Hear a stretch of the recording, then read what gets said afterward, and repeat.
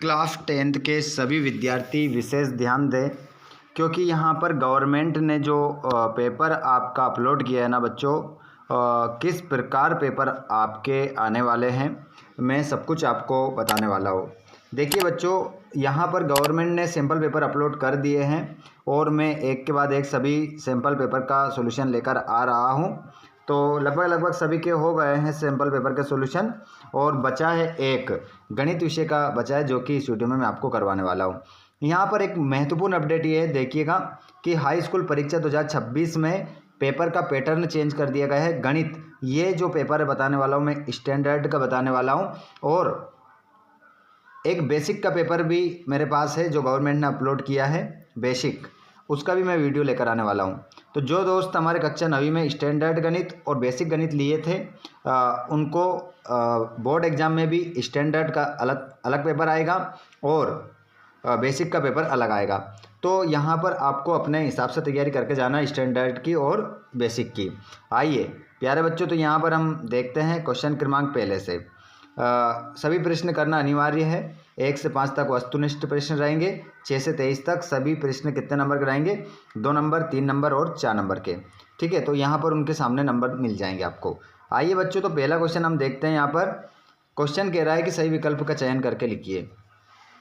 144 के अभाज्य गुणनखंडों की घातों का योग है। तो यहाँ पर घातों का जो योग हो जाएगा, गुणनखंडों की घातों का योग, वो हो जाएगा बच्चों, इसमें आंसर आएगा 2, 3, 4, 6। तो इसमें करेक्ट आंसर आपका 6 हो जाएगा। द्विघात बहुपद x की घात 2 प्लस 5x प्लस 7 में शून्यकों के योग व गुणनफल का योग है 2 - 2 12 - 12। तो इसमें आपका करेक्ट आंसर हो जाएगा 2 आंसर इसमें आपका आंसर होगा। बिंदु कोष्टक में आपको दिखाई दे रहा है यहाँ पर -3, -4 की x अक्ष से दूरी है। 3 होगी या -3 होगी, 4 होगी या -4 होगी। तो इसमें आपका जो आंसर होगा वो निकल कर आएगा 4। ऑप्शन नंबर सी के साथ आप लगाएंगे। अगले क्वेश्चन को हम देखेंगे। 4 और 6 का समांतर माध्य है 4, 6, 5, 2। तो इसमें आपका करेक्ट आंसर जो हो जाएगा वो हो जाएगा बच्चों 5। द्विघात समीकरण √2x की घात 2 माइनस √5x - 3 √2 बराबर 0 का विविक्तिकर है 19 होगा, 28 होगा, 29 होगा, 30 होगा। तो इसमें आपका आंसर होगा बच्चों वो हो जाएगा 29। 29 आपका करेक्ट आंसर इसमें होगा। उसके बाद में समीकरण युग्म 3x + 4y = 6 एवं 6x + 8y = 12 बराबर 0 के ग्राफ द्वारा निरूपित रेखाएं परस्पर प्रतिच्छेदी है, समांतर है, समपाती है, इनमें से कोई नहीं। तो इसमें आपका करेक्ट आंसर होगा समांतर है। तो यहाँ से आपके कितने ऑब्जेक्टिव क्लियर हो जाते हैं? 6 ऑब्जेक्टिव यहाँ से आपके क्लियर हो जाते हैं। उसके बाद में इंग्लिश मीडियम वाले बच्चे अपने सेम ऐसे कैसे आंसर लगाएंगे, जैसे कि पहले वाले में मैंने आपको क्या बताया था, 6 बताया था, दूसरे वाले में 2 आपका आंसर होगा। इस प्रकार ऊपर से देखकर आप नीचे वाले आंसर लगा सकते हैं। और यहाँ पर आप देखेंगे खालिस्तान देखेंगे, यदि एक रेखा किसी त्रिभुज की 2 भुजाओं को एक ही अनुपात में विभाजित करे तो वे तीसरी भुजा के होती है। तो तीसरी भुजा के होती है वो आपको बताना है। तो इसमें करेक्ट आंसर होगा खालिस्तान में समांतर आपका इसमें आंसर होगा समांतर। अगला क्वेश्चन है त्रिज्या r व कोण थीटा वाले वृत्त के चाप की लंबाई का सूत्र। तो इसका जो सूत्र होता है ना बच्चों, वो सूत्र आप लिख देंगे θ/360 डिग्री गुणित 2πr। ये आपका इसमें आंसर हो जाएगा। ठीक है, इस सूत्र में यहाँ पर लिखना है। AP 4, 6, 8, 10 का nवां पद होगा। तो nवां पद हो जाएगा बच्चों, इसका nवां पद अगर आप लिखेंगे तो इसमें आप लिखेंगे करेक्ट आंसर, इसमें लिखेंगे सीधा सा आंसर आप इसमें क्या लिख देंगे बच्चों, तो इसमें आंसर का ध्यान रखना है आपको। लिख देंगे 2n + 2। इसमें तीसरे वाले में आपका आंसर हो जाएगा। उसके बाद में द्विघात समीकरण 3x की घात 2 माइनस 6x प्लस के बराबर 0 के मूल बराबर है तो के बराबर होगा, तो के बराबर हो जाएगा बच्चों 3 करेक्ट आंसर इसमें आपका होगा। उसके बाद में नेक्स्ट क्वेश्चन की ओर हम बढ़ते हैं। एक वृत्तीय क्षेत्र का वे भाग जो जीवा और संगत चाप से घिरा हो उस वृत्त का एक कहलाता है, तो वो कहलाता है वृत्तखंड। वृत्तखंड कहलाता है। अगला क्वेश्चन, यदि एक खंभे की ऊंचाई व उसकी छाया बराबर है तो सूर्य का उन्नयन कोण होगा, तो सूर्य का उन्नयन कोण होगा 45 डिग्री।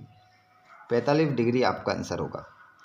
यहाँ पर फिल इन द ब्लैंक्स, तो लास्ट वाले में तो अभी हमने 45 लगाया, ये हो जाएगा। उसमें 3 जैसे कि यहाँ पर लगभग जो क्वेश्चन हैं आपके सेम रहेंगे, जैसे कि सूत्र वगैरह है, सेम आंसर आपका रहेगा। पहले वाले में इक्वल हो जाएगा।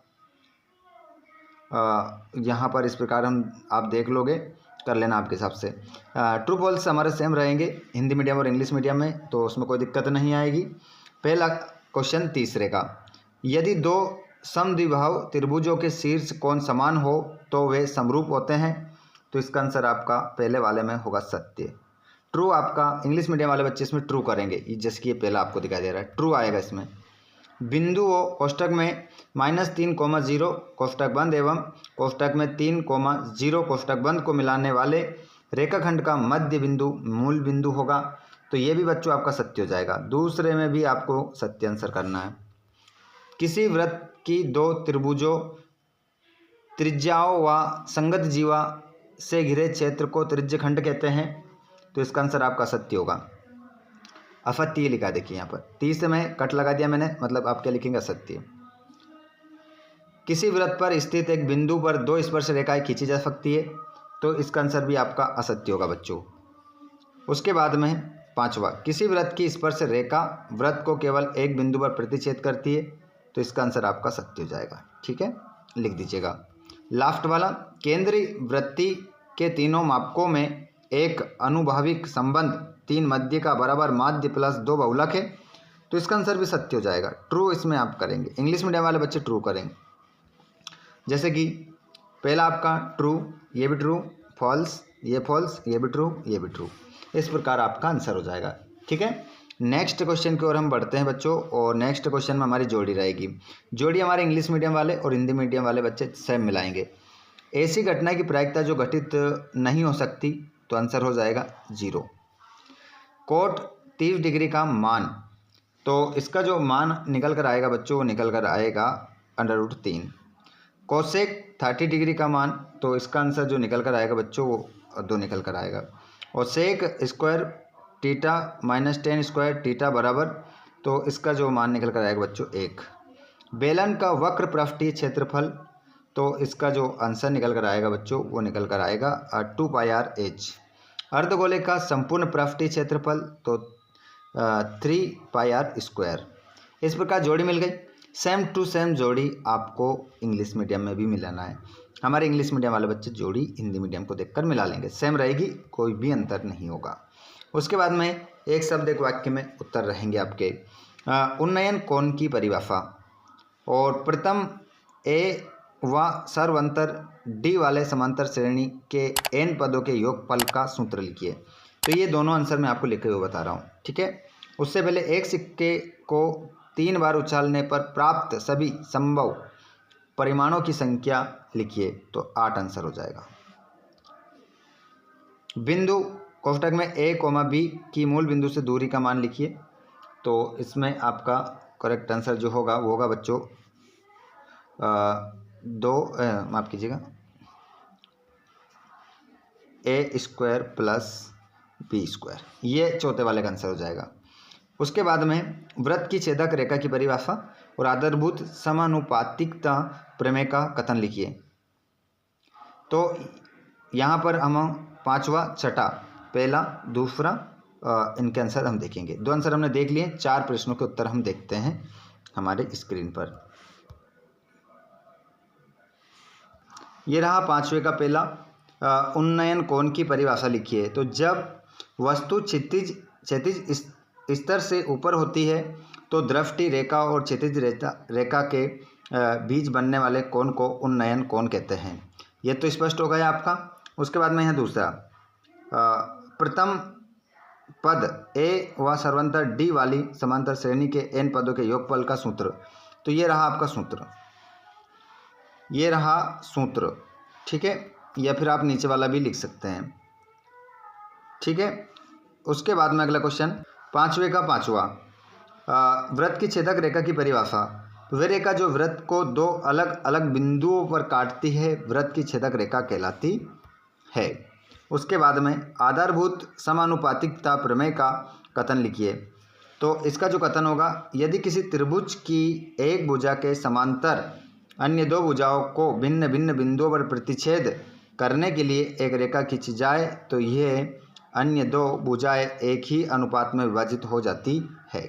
तो ये इस प्रकार आपका आंसर हो जाएगा, ठीक है। आगे चलते हैं हम। नीचे हमारे इंग्लिश मीडियम वाले बच्चे 1 वर्ड में आपके आंसर देख लेंगे। उसके बाद में ये पूरा क्वेश्चन पेपर है।